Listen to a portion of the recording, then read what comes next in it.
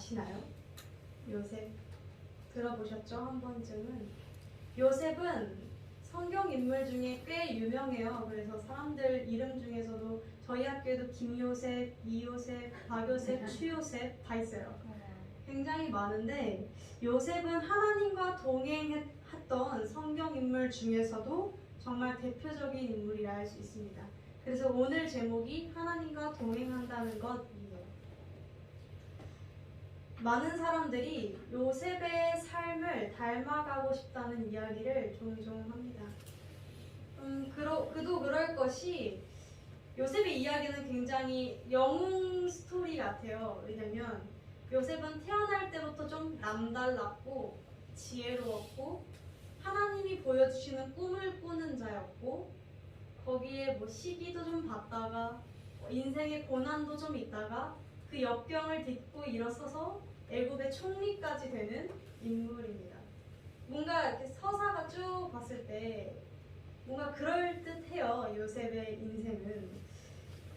그런데 사실 그러니까 그래서 많은 사람들이 좀 애굽이란다. 요셉과 같은 인생을 이야기를 하는데 사실 그의 인생은 우리가 생각하는 것처럼 그렇게 평탄하다거나 그렇게 평화로운기만 한 인생은 아니었습니다. 사실 우리가 요즘 가장 인기 있게 방영되는 펜트하우스처럼 굉장히 막장 드라마 같은 인생을 살았던 게 요셉이었어요.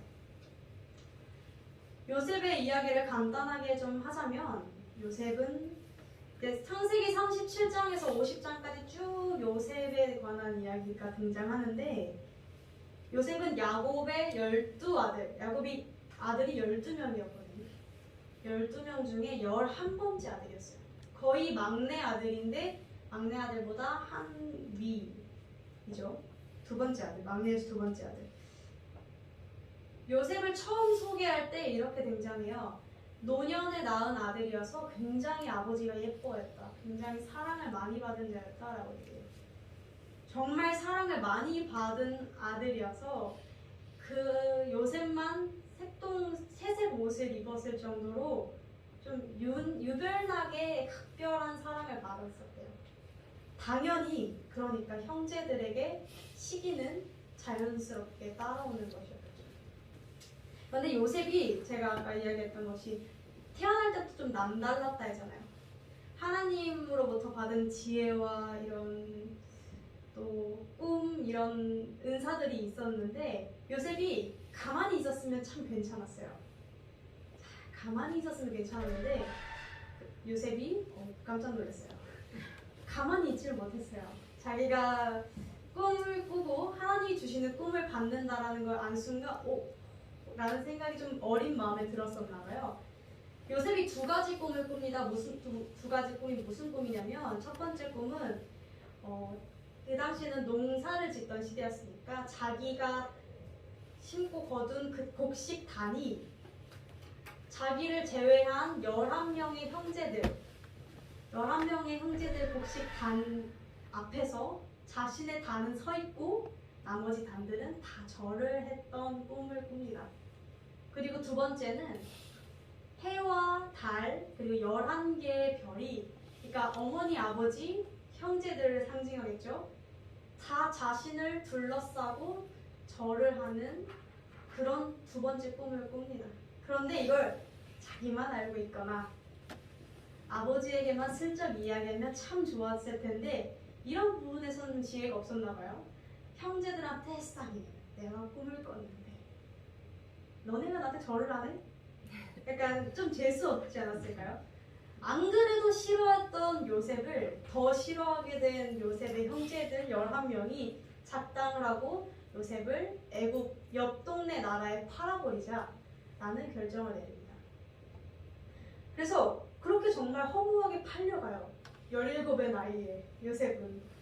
야곱은 요셉이 죽은 줄 알았고요. 그렇게 팔려가게 되는데 근데 정말 그 팔려가고 나서도 평탄하진 않았어요. 팔려가고 나서 그 보디발이라는 사람의 집으로 들어가거든요. 근데 그 보디발의 집에서 한 7년 정도 거주를 해요. 근데 7년 정도 있으면서 좀 평안해질 법하니까 또다시 억울한 누명을 씌고 감옥으로 가요. 뭐 그 이후에 여차여차해서 하나님의 도우심 아래에서 그가 총리가 되지만 그의 인생을 쭉 봤을 때 그렇게 형통하다거나 평안하다거나 그런 인생은 아닌 것 같아요. 그렇죠? 아무리 봐도 이런 건 뭐 평화롭다거나 형통하다는 이런 인생은 아니잖아요. 좀 다이나믹하고. 그런데 오늘 본문 39장에서는 심지어 39장은 요셉이 총리가 된 후를 기록하고 있는 것이 아니라 총리 되기 전 가장 어려운 고난의 삼콤보, 노예로 팔려가고 억울한 누명을 쓰고 감옥에 간 그 세 가지 상황이 적혀 있는 게 창세기 39장인데 그 39장에서 가장 많이 반복해서 등장하는 문장이 이 말씀이에요. 여호와께서 요셉과 함께 하셨고 그의 인생이 형통했다. 2절과 3절, 21절, 23절에 동일하게 4번씩이나 반복되는 것을 우리는 볼 수 있습니다. 왜 그럴까요? 사실 이런 성경 속에서 한 장 안에 이렇게 4번이나 반복되어져 왔다는 것은 요셉의 인생에서 가장 중요한 핵심이 하나님께서 요셉과 함께 하시다라는 뜻이거든요. 가장 중요한 걸 총리가 된 이후에 배치하지 않고 왜 가장 고난의 시간을 걷고 있을 때 4번씩이나 반복해서 저 말씀 성구를 배치해 놓은 것일까요? 그것은 하나님께서 동행하시는 형통의 삶은 우리의 세상적인 기대와는 조금 다르기 때문입니다. 우리가 생각하는 형통은 단순히 우리의 상황이 좋아지고 환경이 좋아지고 이러한 것들을 나타내지만 성경이 이야기하는 형통은 여기가 중요해요. 그 어떤 상황 속에서도 내 상황이 좋든지 나쁘든지 하나님께서 절대로 나를 떠나지 않으신다는 것을 의미합니다. 아멘. 이것이 성경이 말하는 형통입니다. 아멘. 이것은 하나님께서 아브라함에게 하신 약속과도 동일합니다. 창세기 28장 15절에 하나님께서 아브라함에게 이렇게 말씀하시죠. 내가 너와 함께 있어 너가 어디로 가든지 너를 지키며 너를 이끌어 이 땅으로 돌아오게 할 것이고 내가 너에게 허락한 것을 다 이루기까지 너를 떠나지 아니하리라. 하나님께서 하나님이 택하신 자녀들에게 이 약속을 하세요. 이 약속을 하시는데 주님께서는 이것을 아브라함, 야곱, 요셉에게만 하신 것이 아니라 신약 성경에 와서도 그리고 주님이 세우신 그 교회에도 그리고 지금 오늘날 우리 모두 한 사람 한 사람에게도 하나님이 택하신 자녀라면 똑같이 이 약속을 우리에게 주십니다. 아멘. 그 어떤 상황에서도 나는 너를 떠나지 않아. 아멘. 너를 혼자 두지 않고 아멘. 너가 어디를 가든 어느 곳에 있든 내가 너와 함께 할 거야. 아멘. 이것이 주님이 약속하신 형통이며 이것이 주님과 동행하는 삶입니다. 아멘. 사실 우리의 기대와는 조금 다를지도 몰라요. 그래서 생각보다 예수를 믿는다는 삶이 예수를 믿고 살아간다는 삶이 그렇게 화려한 삶은 사실 아닙니다. 성경 어디에서도 예수를 믿는 삶이 화려하다고 이야기하는 것은 아무 군데도 그 어디에도 없어요. 많은 잘못된 지식들이 하나님께서 우리를 지켜주시고 하나님의 계획 가운데 이끌어 가시면서 조금씩 우리에게 칭찬해 주시고 조금씩 우리에게 여러 가지 복도 조금 주시고 육신의 복도 주시고 하는 것들을 우리가 너무 세상적인 관점에 사로잡혀 있다 보니 하나님의 계획의 과정이라는 것은 보지 못하고 그 순간순간의 복에만 집착하다 보니까 하나님은 그런 분이시구나 라고 착각하게 되는 것이지 하나님은 절대로 우리에게 화려한 삶을 약속하지 않으셨습니다. 아멘. 이것은 많은 성도님들이 화려한 것 또는 예수를 믿고 나서 얻을 복들, 수많은 처음 시작에 좋은 것들, 문제가 해결됨을 보고 예수를 믿었다가 많은 분들이 고난을 당하시면 예수를 떠나시곤 해요. 이것은 안타깝지만 예수에 대한 믿음 자체가 잘못 설정되었기 때문이에요. 그러나 사실 그럼 우리가 이렇게 질문해 볼 수 있어요. 그럼 예수를 왜 믿어? 라고 질문할 수 있고, 뭐 딱히 그렇게 좋은 것 같아 보이지도 않는데 왜 믿어? 라는 생각들이 드실 수도 있는데, 제가 다른 그 어떤 화려한 인생의 복들을 장담할 수는 없겠지만 단 한 가지 장담할 수 있는 것이 하나 있다면 그것은 하나님께서 동행하시는 삶의 다른 말의 뜻은 하나님께서 우리의 인생을 기억하신다는 겁니다. 아멘. 하나님께서 우리의 인생을 기억하신다는 게 왜 중요하고 왜 우리가 그것 때문에 예수를 믿어야 하냐면, 사실 어떤 연세 있으신 목사님이 이런 말씀을 하시더라고요. 우리가 어차피 짧으면 몇십 년, 길면 100년 정도 살다가 이 세상에서 잊혀지는 것 아니냐고 하시더라고요. 저는 아직 어려서 그 말에 그렇구나 라고 받아들였는데 정말 그런 것 같아요. 우린 인생은 아무리 길어봤자 100 몇십 년? 정말 지금 요새 시대가 좋아져서 수명이 늘어났다 해도 그래도 지금까지는 한 100년 정도죠. 길어봤자 100년 정도. 우리 인생은 사실 그러고 나서 이 세상에서 잊혀지기 마련입니다. 그만큼 인생이란 것은 허무하고 굉장히 짧고 잠깐 반짝 빛났다가 사라지는 것인 것 같아요. 그런데 영원하신 하나님께서 우리의 인생을 기억하신다는 것입니다. 아멘. 그리고 우리의 그 허무하고 짧은 인생 가운데, 그렇게 사라지는 인생 가운데 당신의 그 영원하신 부활을 선물로 주신다는 거예요. 아멘. 영원토록 우리가 주님과 함께할 수 있도록, 죽음에서 그치지 않고 부활을 얻을 수 있도록 아멘. 우리에게 그것을 선물로 주신다는 것입니다. 아멘. 그것이 우리가 주님을 믿어야 할 본질적인 이유입니다. 아멘.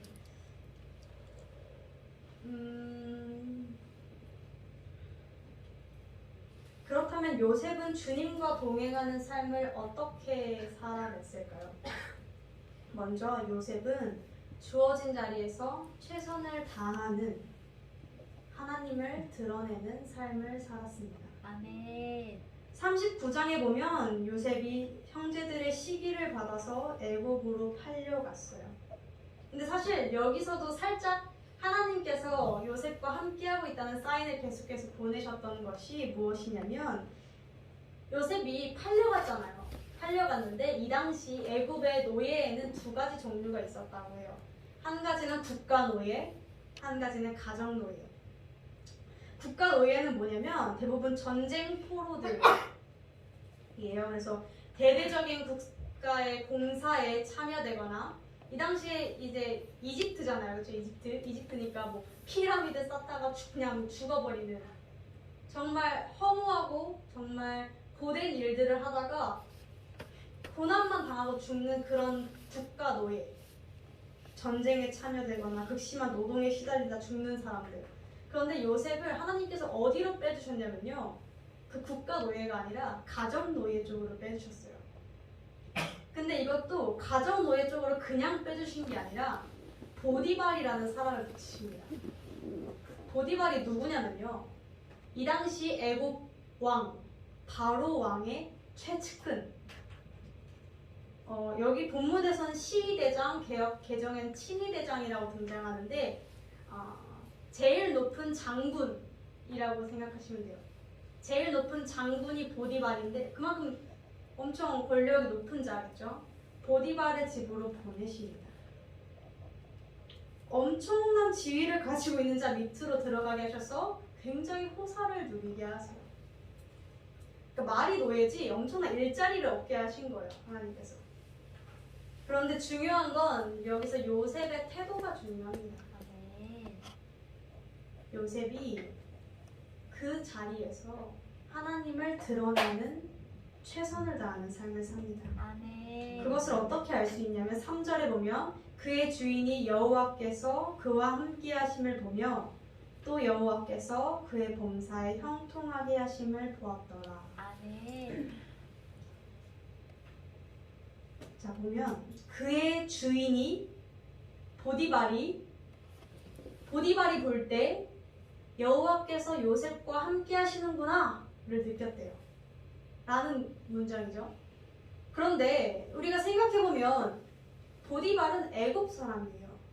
애굽 사람이라는 것은 하나님을 모르는 사람이에요.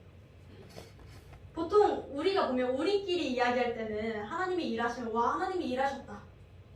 하나님이 하나님 하셨다. 와 막 이러잖아요. 그렇죠? 근데 우리 믿는 사람들이니까 이런 이야기를 하지. 우리가 안 믿는 저 사람들이 우리가 생각해보면 뭐 하나님이 도와주셔서 이 일을 하셨다 해도 저 세상 사람들이 우리가 일 잘 된 걸 보고 너 열심히 했으니까 노력에 대한 대가를 받았구나 라고 하지 하나님이 해주셨다라고 이야기하지는 않아요. 세상적인 가치관으로는 하나님의 일하심을 볼 수가 없어요. 그런데 보디발이 하나님을 모르는데 이런 이야기를 한단 말이에요. 대체 어떻게 된 거죠? 이것은 요셉이 두 가지 행동을 했어요. 첫 번째는 계속해서 입만 열면 하나님 이야기를 했어요. 아멘. 요셉이 이야기할 때 어떠한 말투를 가졌는지 보면은 보디발에게 이야기한 건 안 나오는데 나중에 바로에게 이야기할 때 뭐라 나오냐면요. 내가 바로에게 이르기를 하나님이 그가 하신 일을 바로에게 보이신 다음이 이것이라. 하나님이 이 일을 정하셨습니다. 하나님이 속히 행하시리니. 그러니까 한 세 절 동안 하나님이 한 4번 정도 등장해요. 그러니까 요셉은 하나님에서 시작하고 하나님에서 끝났어요. 모든 말이. 아멘. 그러니까 거의 보디발한테 세뇌시키듯이 얘기해야죠. 하나님이 하셨고 하나님이 하셨고 하나님이 다 하셨습니다. 이러면서 막 했을 거예요. 그런데 이거는 이제 기본적으로 깔고 가는 거고 요셉이 하나 바뀐 게 하나 있어요. 뭐였냐면 그 전에 제가 그 꿈 얘기했었잖아요. 요셉이 형제들에게 꿈 이야기해서 팔려왔다. 그런데 요셉이 여기 와선 꿈 얘기를 한 번도 안 해요.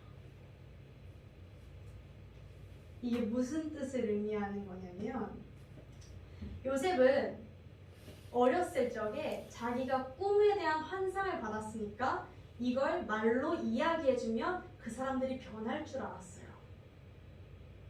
나는 하나님을 만났잖아요. 그쵸?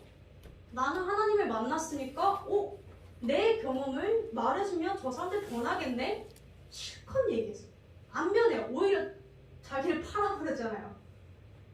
자기가 그러고 요셉이 가서 생각을 한 거예요. 기도를 한 거예요. 이 방법이 아니겠구나. 그래서 요셉이 택한 방법이 뭐예요? 요셉이 어떻게 하냐면 그의 주인에게 은혜를 입어 섬기네. 요셉의 택한 방법은 뭐였어요? 말없이 자신의 주인 보디발을 정말 철저하게 섬겼어요. 하나님께서 요셉을 종의 자리에 갖다 놓으셨잖아요. 그 자리에서 최선을 다했어요. 아멘. 자신의 본분을 철저하게 다했어요. 아멘. 그리고 말끝마다 하나님이 하셨다. 하나님이 하셨다. 라고 이야기했어요. 사실 저도 이제 신앙에서 뭔가 많이 막 깨달음을 얻거나 이럴 때 한참 제가 처음 하나님을 만났을 때 들떠서 남들에게 막 이야기했던 적이 있었어요. 한참을. 그런데 어느 순간부터 하나님이 입을 다물게 하시더라고요. 왜 다물게 하시는지 몰랐어요. 말만 하려고 하면 막으시는 거예요. 그걸 몰랐는데 나중에 보니까 그렇더라고요. 제 간증이 남들에게 상처가 될 수도 있었더라고요. 다른 이들에게 이게 굉장히 중요해요. 나는 분명히 하나님을 만났으니까 이야기를 한 거잖아요. 좋은 의도였을 거예요. 기뻐서 들떠서 이야기를 했을 거예요. 그런데 그러다 보니까 슬쩍슬쩍 나는 이만큼 하나님한테 특별한 사람이야 라는 속마음이 튀어나왔어요. 그리고 그 마음이 상대방은 특별하지 않은 사람으로 만들어버렸어요. 이게 요셉이 어렸을 때 했던 실수였어요. 그리고 나서 요셉이 연단이었죠. 나름 노예로 팔려갔다는 것이. 그 연단을 겪고 나서 깨달음을 얻은 게 뭐예요? 말이 아닌 행동으로, 말이 아닌 삶으로 하나님이 살아계심을 증거하는 것이 내가 해야 할 일이겠구나 를 깨닫습니다. 우리는 사실 하나님을 믿으면서 정말 크고 작은 많은 일들을 경험합니다. 많은 사랑을 받습니다. 많은 감동을 받습니다. 그런데 우리는 그것을 말로는 되게 잘할 수도 있어요. 사실 간증이나 이런 것들로 통해서. 그런데 하나님이 주신 그 사랑을 우리의 삶으로 행동으로 전하지는 못합니다. 그리고 여기서 이 부분, 이 과정 속에서 남들의 질타를 받습니다. 그리고 우린 이야기하죠. 저들이 예수를 몰라서 나를 질타하고 핍박하는 거야. 아니요. 내 교만 때문에 질타받는 겁니다. 왜 여기까지 흘러나오는지 잘 모르겠는데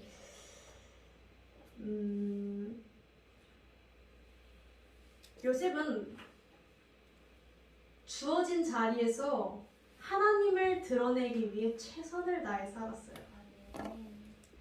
하나님이 어디로 보내셨든 간에 처음부터 총리로 보내신 것은 아니었고 처음엔 노예로 보내셨잖아요. 그 노예의 자리에서 다른 사람 같았으면 이렇게 이야기할 수도 있었어요. 내가 트라우마 때문에 형제들한테 탈린 그 마음의 상처 때문에 이게 잘 안 되네, 힘드네, 인생이 힘들어 라고 하면서 하루하루 우울증에 시달리면서 살 수도 있었어요. 그런데 요셉은 그러지 않았어요. 그 자리에서 최선을 다했어요.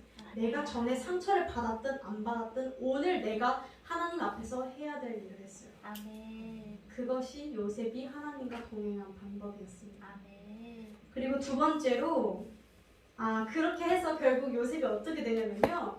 하나님이 그를 또 축복하세요. 축복하셔서 그 집에서 가장 높은 가정 총무 보디발, 그러니까 엄청 그 귀족의 집사 정도가 된 거예요.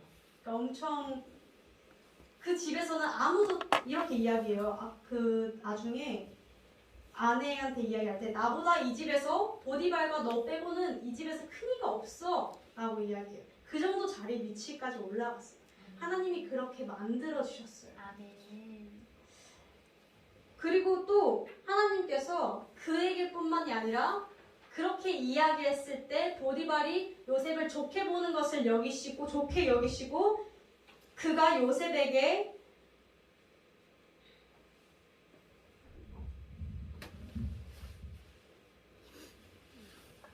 여호와께서 요셉을 위하여 그 애굽 사람의 집에 복을 내리십니다. 아멘. 이것이 또 하나님 나름에서 일을 하신 방법이었어요. 그러니까 하나님과 우리가 동행해 갈 때 우리는 보통 이걸 생각해요. 하나님만 나에게 계속해서 무언가를 주길 원하세요. 그런데 그게 아니라 요셉도 요셉의 자리에서 최선을 다했고 하나님도 하나님의 자리에서 최선을 다해서 요셉을 서포트해 줬었어요. 아멘. 이렇게 발맞춰서 굴러갔어요. 요셉과 하나님이. 그리고 두 번째로 요셉은 언제나 하나님 앞에서의 삶을 살았습니다. 이걸 멋있는 말로 코람데오라고 불러요. 코람데오 한 번쯤 들어보시지 않았나요? 코람데오 행사 같은 거 하면은 대표 이름이 코람데오 이렇게 이게 하나님 앞에서라는 뜻이거든요. 이게 무슨 얘기냐면 이제 보디발의 인정을 받고 가정 총무로서 가장 높은 자리에 서게 되잖아요. 평안하게 지내고 있었어요. 지혜롭게 잘 대처하면서. 그런데 요셉의 삶에 또다시 고난이 찾아옵니다. 7절에 보면 그 후에로 시작해요. 되게 불안하지 않아요? 그 후에. 뭔가 일이 일어날 것만 같아요. 보디발의 아내가 요셉에게 눈짓하기 시작합니다. 그리고 이렇게 이야기해요. 나랑 동침하자. 자, 우리말로 나랑 바람피자 라는 이야기예요. 이 당시 애국은 굉장히 성적으로 타락해 있었어요. 그러니까 굉장히 타락해서 사실 성적인 그런 문란함이 별일이 아니었어요. 그들에게는. 근데 쭉 보디발의 아내가 요셉을 보니까 요셉이 어땠냐면 용모가 빼어나고 아름다웠대요. 27의 나이. 젊고 보디발은 어쨌거나 나이가 좀 있었을 거 아니에요. 내 남편보다 좀 잘생긴 것 같아. 일도 잘해. 지혜로워. 뭔가 괜찮네. 라고 여기서 이렇게 이야기를 한 거죠. 유혹하기 시작했어요. 요셉이 받은 유혹에는 크게 4가지의 특징이 있는데 첫 번째는 강력한 유혹이었다는 겁니다. 왜 강력했냐면 왜 물리치기 어려웠냐면요. 요셉이 27의 독신이었고 혈기왕성한 한참 그럴 나이였고 더군다나 유혹하는 상대가 주인의 아내예요. 권력자예요. 그러니까 자기가 누리고 있던 이걸 거부하면 한순간에 잃어버릴 수도 있는 그런 상황인 거예요. 저항하기 어려운 강력한 유혹. 두 번째는 반복적인 유혹이었어요. 10절에 보면 여인이 날마다 요셉에게 청하였으나 그러니까 하루 이틀이 아니라 계속 요셉아 날 좀 봐달라. 눈짓도 하고 길 가면서 윙크도 하고 툭 치고 막 이렇게 좀 쓰다듬고 막 이렇게 했겠죠. 아랫사람이니까 뭐 맘대로 했겠죠. 막 엄청 그랬을 거예요. 반복적으로 매일매일. 이 주석에 보면 이 여인은 완전히 정욕에 사로잡힌 여인이었다. 되게 당황스러웠어요. 제가 보면서 그랬구나. 보디발의 아내가. 셋째는 은밀한 유혹이었다는 겁니다. 사람들 다 앞에 있을 때 하는 게 아니라 11절에 보면 요셉이 일하러 그 집에 들어갔더니 그 집 사람은 하나도 거기 없더라. 꼭 그렇게 아무도 없을 때만 슬쩍 찾아와서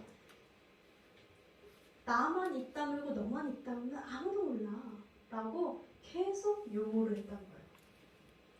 그리고 4번째는 간접적으로 한 게 아니라 직접적이었고 노골적인 유혹이었습니다. 사실 이러한 유혹들을 되게 떨치기 어려웠을 거예요. 요셉의 입장에서는. 상황적으로도 그렇고. 그런데 요셉은 그러한 유혹 가운데에서 이렇게 이야기합니다. 내가 어찌 이 큰 악을 행하여 하나님께 죄를 지으리까. 요셉은 늘 하나님 앞에서 서 있었어요. 아담과 하와가 처음 죄를 지었을 때 했던 행동들이 나뭇잎 뒤로 풀숲 사이로 숨었어요. 그들이 풀숲 사이로 숨었다는 건 무슨 뜻인 줄 아세요? 자기가 숨으면 안 보일 줄 알았던 거예요. 그들은 하나님은 어디에든 존재하시고 우리의 모든 행동을 보고 계시고 감찰하세요. 그런데 아담과 하와는 마치 자신이 숨으면 하나님이 못 볼 것처럼 하나님 뒤에 숨은 것처럼 행동했다는 거예요. 그런데 요셉은 늘 하나님이 나를 보고 계시다는 걸 알아서 늘 항상 하나님 앞에 서 있었어요. 하나님 앞에서 큰 죄악의 짓들은 하지 않으리라 라는 자신만의 굳은 결심이 있었어요. 그는 하나님 앞에서 하나님이 원하시는 삶을 살기 위해 늘 죄와 싸우려 몸부림쳤고 죄를 짓지 않으려고 발버둥 쳤습니다. 우리가 사실 본문에서는 성적인 유혹만을 이야기했지만 우리 삶에서는 수많은 유혹들이 존재합니다. 유난히 약해지는 각자만의 유혹들이 있을 것이고 유난히 극복하지 못하는 각자만의 그런 약점들이 있을 거라고 생각합니다. 자주 넘어지는 죄악들이 있을 거라고 생각해요. 제가 사실 요즘 이제 제가 유튜브로 설교 보는 걸 되게 좋아하는데 많은 분들이 설교를 이렇게 하시는 걸 들었어요. 우리가 같은 죄에 걸려 넘어지고 넘어져도 괜찮다. 하나님이 우리를 사랑하시니까. 하나님이 우리를 용서하시니까. 물론 맞아요. 그렇기 때문에 우리가 같은 죄를 지어도 다시 일어설 수 있는 거예요. 그런데 이 사랑의 하나님만 너무 강조되면 하나님 용서해라 난 죄 지을 테니가 되어버려요. 나는 죄에서 무책임한 사람이 되는 거죠. 우리가 이걸 굉장히 경계해야 합니다. 하나님께서 우리를 사랑하신다고 해서 우리가 죄에 대해서 무책임하고 방치해도 된다는 이야기는 아니에요. 제가 한 사모님의, 우리 교회 사모님 말고 한 사모님의 간증을 봤어요. 그림 묵상이었는데 아이가, 사모님의 아이, 자제분 아이가 28개월이래요. 28개월. 한참 몇 살이지? 3살? 맞죠? 3살이죠. 3살. 막 응애는 아닌가요? 어쨌든 이제 조금 말할 나이잖아요. 근데 그 아이가 가장 많이 하는 말이 뭐냐면 싫어요. 사춘기가 일찍 왔다고 하더라고요. 싫어요, 안 해요, 미워요 이런 말들을 제일 많이 한대요. 그래서 엄마가, 사모님이 밥상을 차려주면 막 도망가요. 그래서 막 한 번 화를 내면 미안해요 이러고 와서 앉는데요. 그럼 밥을 먹으려고 이제 시도를 하잖아요. 싫어요 하다가 또 엄마가 조금 표정이 굳어지면 미안해요 라고 한대요. 그러고 나서 아 그래 밥 먹자 라고 하고 나서 그러고 또 먹는가 싶으면 막 방구가 안 나오는데 힘을 푹푹 줘가지고 어떻게든 방구를 끼겠다는 그 푸식 계속 나오면서 밥을 안 먹겠다는 걸 온몸으로 표현한대요. 그럼 엄마가 또 살짝 표정이 굳어지겠죠? 그러면 미안해요 라고 또 그러다가 입에 물고 안 씹고 입방구를 끼기도 하고 막 계속 이런 행동들을 반복한다는 거예요. 그러고 나서 또 엄마가 좀 화내면 미안해요 라고 한대요. 그게 하루의 일상이래요. 아이와 사모님이. 그래서 하루는 사모님이 너무 화가 나서 얘는 이렇게 이야기했대요. 아 진짜 미안하면 하지 말라는 거 하지 말아야지. 아니 너가 진짜 미안하면 그래야지. 또 하고 맨날 말로만 미안하면 그건 진짜 미안한 게 아니야 라고 하는데 순간적으로 확 든 생각이 나도 하나님 앞에서 그러는구나를 깨달으셨대요. 그 아이가 왜 계속 미운 짓을 하다가도 미안해요 하고 또 다시 미운 짓 하고 이걸 계속 반복할까를 생각해 볼게요. 왜 반복하냐면 그 아이는 알아요. 자기가 미안해요 라고 한마디를 하면 엄마 아빠 화가 풀릴 거라는 걸 알아요. 하나님이 그만큼 나를 하나님이 아니구나. 사모님이 그만큼 나를 사랑한다는 걸 알아요. 엄마가 나를. 그러니까 미안하다 하면 또 풀리겠지 라는 진짜로 미안한 마음이 아닌 그런 행동들인 거예요. 그래서 사실 우리도 그런 경험들이 있지 않나 돌아보기를 원합니다.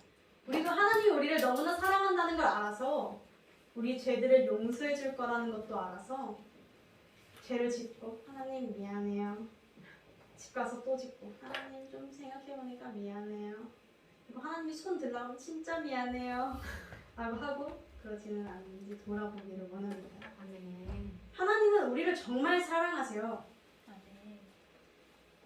어쩌면 정말 뭘 하든지 우리를 정말 사랑하실 수도 있고 정말 우리를 놓지 않는 분이세요. 그런데 그래도 그것은 하나님이 하실 일이에요.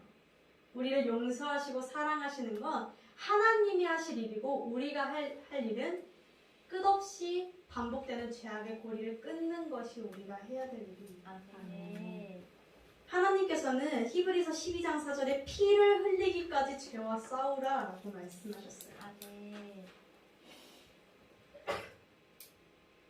우리가 계속 넘어지고 실패한다 해도 계속 다짐하고 주님 앞에서 사는 삶을 살아야 할 줄로 믿습니다. 아멘. 하나님 앞에서 바로 서기 위해 몸부림치는 삶이 되어야 할 줄로 믿습니다. 아멘. 마지막으로 그 요셉이 유혹을 거절했잖아요. 죄악으로부터 거절했는데 우리 생각엔 죄악을 거절했으면 좀 하나님이 칭찬도 해주셔야 되고 축복도 주셔야 되는데 요셉이 감옥에 갑니다. 누명을 쓰고 보디발의 아내가 자기가 유혹을 쓰면서 갑자기 사람들 오니까 제가 나를 겁탈하려고 했어요. 당장 쟤를 감옥으로 보내세요 라고 얘기해요. 그래서 감옥으로 가요. 그렇게 누명을 쓰고. 그런데 하나님께서는 그 감옥에 가는 사건을 거쳐서 결국은 요셉을 애굽의 총리로 세워놓으십니다. 아멘. 요셉이 그 당시엔 낙담했겠죠. 감옥으로 가는 그 순간에는. 그러나 감옥으로 가는 그 사건이 요셉의 인생에서 결말이 아니었어요. 하나님이 일하시는 계획의 과정이었을 뿐이에요. 아멘. 그리고 하나님은 그를 총리의 자리까지 세워놓으세요. 아멘. 하나님의 계획을 완성시키시고 성취하시는 분이세요. 아멘. 하나님은 그런 분이세요. 아멘. 노예에 팔리고 감옥에 갇힘으로 인생이 끝나는 것 같은 그런 요셉과 동행하시더니 결국은 하나님의 뜻을 이루십니다. 아멘. 오늘 부활절이죠. 예수 그리스도도 마찬가지입니다. 예수 그리스도가 십자가에 달리셨을 때 다 이렇게 손가락질했을 거예요. 그리스도도 별거 없구나. 예수도 하나님도 별거 없구나. 결국 저렇게 죽음을 맞이하는구나 라고 하면서 모두가 손가락질했을 것이고 모두가 욕했을 거예요. 그러나 하나님께서는 우리 눈에 십자가가 끝인 것 같아 보였지만 그 십자가를 통해서 죽음을 2000년 전 오늘 부활하심으로 아멘. 승리하셨습니다. 아멘. 그렇게 우리를 구원하셨고 하나님의 계획을 성취하셨습니다. 아멘. 하나님은 반드시 자신이 마음먹으신 걸 약속하신 것들을 성취하시고 이루시는 분이세요. 아멘. 하나님은 인간이 아니시기에 인생이 아니시기에 후회도 없고 실수도 없으십니다. 아멘.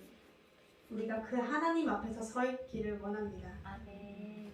우리가 우리 눈앞에 우리가 원하던 것처럼 요셉에게 처음 보여주셨던 것처럼 꿈을 보여주시고 막 이러지 승승장구하게 하시진 않을지 몰라도 사실 결국 뒤돌아보면 요셉은 꿈을 꾸고 그 꿈을 이루어서 국무총리가 된 것이 아니라 요셉은 주어진 하루하루를 하나님 앞에서 살았더니 결국 하나님이 총리에 세워놓으신 거예요. 아멘. 그가 꿈을 꿔서 세워놓으신 게 아니라 아멘. 하루하루를 하나님 앞에서 살았더니 아멘. 그를 하나님께서 세우셨습니다. 아멘. 우리가 그런 자들이 되기를 원합니다. 아멘. 하나님 앞에서 그렇게 살아내는 자들이 되기를 원합니다. 아멘. 히브리서 3장 14절에 우리가 시작할 때 확신한 것을 끝까지 견고히 잡고 있으면 그리스도와 함께 참여한 자가 되리라. 아멘.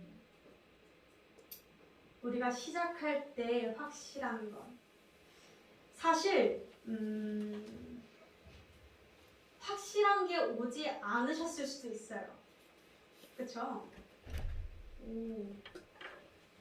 확실한 게 오지 않으셨을 수도 있어요. 그런데 그리고 믿어지지 않으실 수도 있어요. 때로는 저도 가끔씩 안 믿어지는 이야기들이 있어요. 정말이에요.